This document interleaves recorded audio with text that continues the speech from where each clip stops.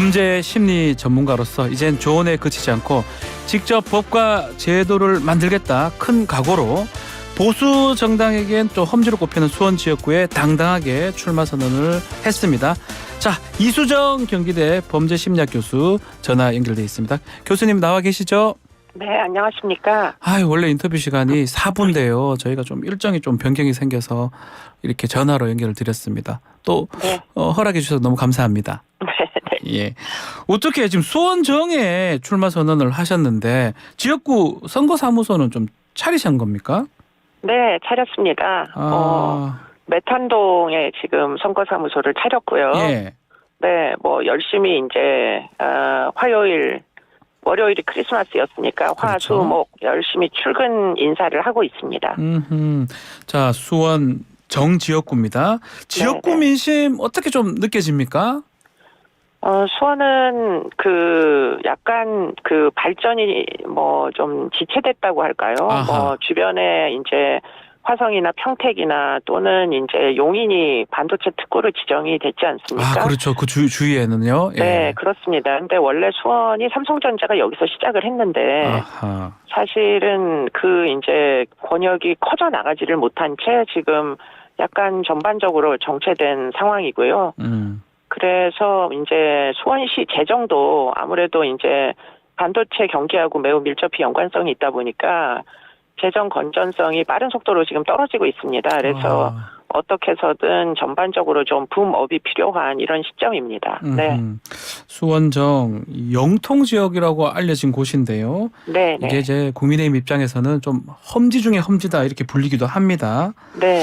자, 당내에서 좀 미안하다 이런 말도 했다고 하는데 어떤 의미입니까? 아는 의원님들이 이제 결정이 발표가 되고 난 다음에 네. 전화하셔서 그렇게밖에 못 줘서 좀 유감이다 이런 말씀을 하시긴 하셨지만 예.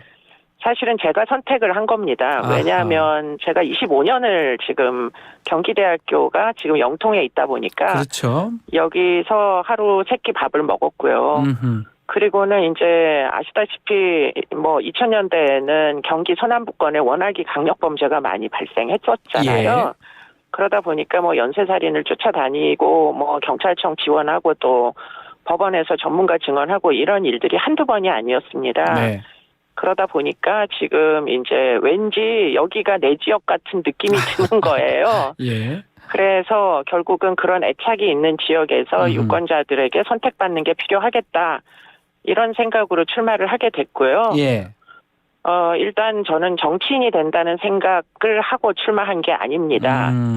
지금 뭐 그런 사건을 쫓아다니다 보면 형사 절차가 굉장히 빈틈이 많은 게 보이거든요. 그렇죠. 예. 그러다 보니까 이게 법률 개정이 여기저기 뭐 디지털 성범죄만 하더라도 이게 사실은 함정 수사를 묶어놓고는 다크웹에 들어갈 수가 없잖아요. 맞아요. 예. 그런데 이제 그러려면 이제 무조건 할 수가 있게 열어줄 수는 없으니까 아주 세세한 뭐 직무 예규 같은 것도 다 고쳐야 되고, 네, 그런 이제 필요 같은 게 있어서 그런 일을 좀 제가 중요하다고 여기는 어떤 사회적인 이슈에 따라서 했으면 좋겠다 그런 희망을 가지고 여의도를 가야만 입법을 할 수 있으니까. 법을 할 수 있으니까. 그렇습니다. 예. 그래서 그걸 선택하게 된 것입니다. 정치가 아닌 입법, 법을 위해서 출마한다 이렇게 말씀을 하셨는데 네. 그렇다면 정치 지역구보다는 좀 쉬운 데 가야 되는 거 아닙니까? 유리한 지역구?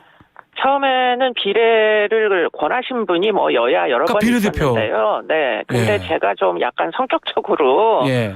그냥 거저먹는 거를 그렇게 순수하게 생각하지 않다 보니까 네, 만약에 되려면 정말 힘들게 싸워서 내가 이루어내야 된다는 소신은 옛날부터 있었어요. 예.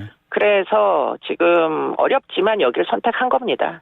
이 영통구가 지난 대선 때 제가 자료를 좀 보니까 이재명 후보가 48.29%, 네. 윤석열 후보가 48.22%. 와, 이게 박빙이었던 것 같아요. 이 네. 승리할 가능성 어느 정도 있다고 보시는지요? 이 질문이 좀 제가 무리하나요? 아니요. 뭐 김칫국 같은데 예. 50% 넘어야 승리가 된다는 결론이 나오는 거잖아요. 맞습니다. 지금. 50.0001만 받아도 이기는 겁니다. 그러니까요. 예, 뭐 그 정도를 목표로 어떻게 네. 해서든 지금 아무래도 이제 지금 정부의 인기도가 떨어져서 네. 그 잃어버린 그 인기도 또 실망하신 분들 다시 신뢰를 가질 수 있도록 아주 밑바닥에서부터 다시 해야 되겠다 이 생각으로 하고 있습니다. 그 박문규 전 산자부 장관 수원 네, 지역에 네. 출마를 한다고 합니다. 네. 주말에 뭐 이렇게 혹시 만나셨나요? 같은 교회 다니신다고 또 얘기도 있고요. 네. 뭐 만났고요. 네. 그리고 뭐 꼭 교회에서가 아니라도 또 한 번 더 만난 적이 있습니다. 아무래도 이 지역은 워낙에 이제 박문규 장관님이 출마하시려는 지역도 굉장히 어려운 지역이거든요. 8달 지역구죠? 8달. 네. 그래서 잠깐 보자고 하셔서 제가 여차저차 얼마나 어려운지를 설명드렸고요. 그래서 이번에는 지금 각각 뭐 자기 재주껏 하지 말고 네. 여러 사람이 모여서 같이 의논해서 하자 이런 얘기까지는 지금 한 상태입니다. 연합 뭐 벨트 이렇게 이해가 되는데 수원 지역구 5개입니다. 5개고 네, 지금 네, 현재는 다 민주당입니다. 네. 민주당이 좀 센 또 국민의 입장에서 험지였는데 뭐 박문구 장관도 나오고 이러면 좀 수원 탈환이 좀 가능하다고 이렇게 보시는 겁니까? 별로 그렇게 긍정적으로 보고 있지는 않습니다. 그렇습니까? 사실상. 네. 참. 그런데 최선을 다해서 주민들을 위해서 헌신하고 또 앞으로 있을 수 있는 다양한 가능성을 이제 보여줌으로 해가지고 네. 당장에 무슨 좋은 결과가 나오지 않아도 결국에는 아마 틀림없이 약속을 지키는 방식으로 정부가 일을 처리하면 네. 다시금은 언젠가는 기회가 올 것이다. 뭐 장렬하게 전사해도 억울할 거 없다 이런 생각으로 출마한 겁니다. 벌써 아직 시작도 안 했는데 전사 말씀하시니까 마음이 좀 그런데요.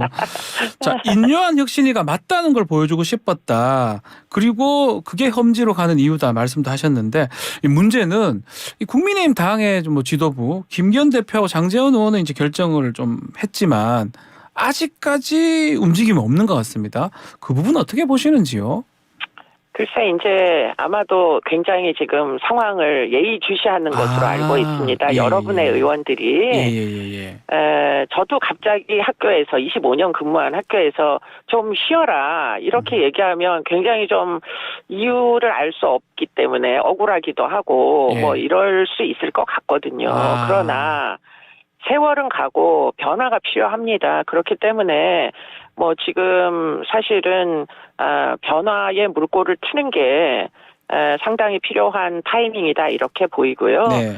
아마도 그런 변화를 좀 더 촉진하기 위해서 지금 비대위가 아주 어려운 출발을 했다 이런 생각을 합니다. 네.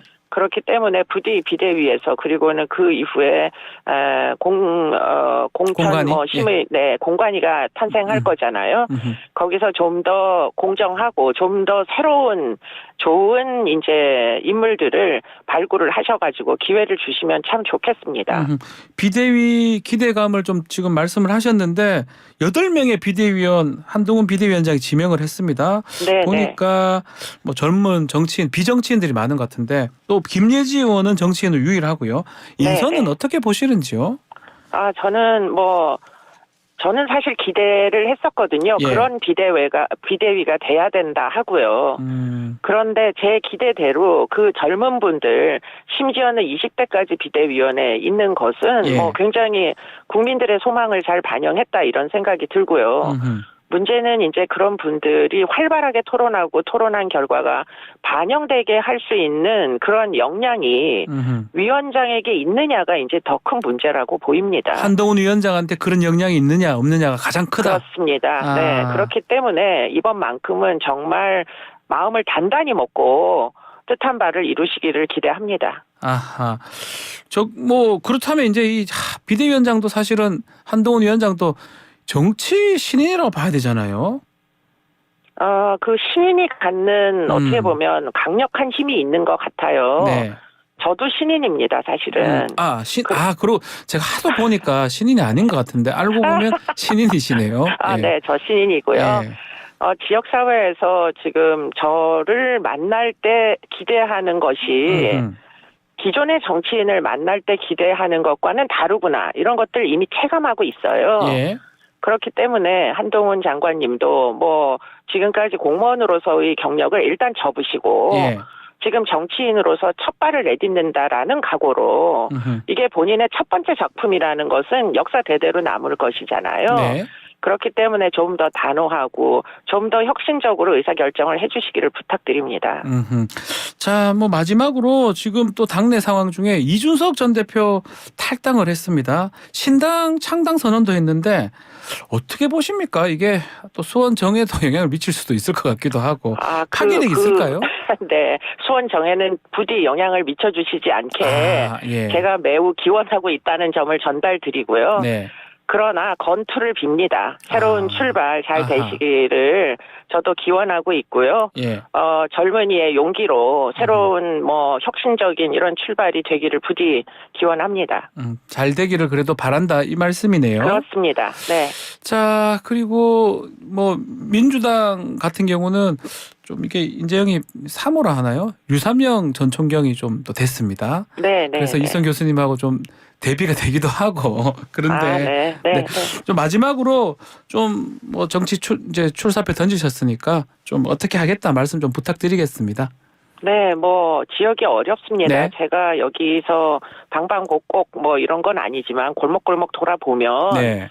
전반적으로 어려움이 이제 뭐 여러 그 경기도 나쁘게 만들고 가게가 문 닫은 곳이 많아요. 아하, 예. 그렇기 때문에 지금 어떻게 해서든 이제 경제를 살려야 하는데 이런 부분에서 여야 이제 더 이상 그 논쟁만 하지 마시고 싸움보다는 민생을 좀 위하는 일들을 적극적으로 해주시기를 부탁드립니다. 알겠습니다. 다음에는 스튜디오에 직접 모시고 좀 더 많은 이야기 나눠보도록 하겠습니다. 교수님 감사합니다. 고맙습니다.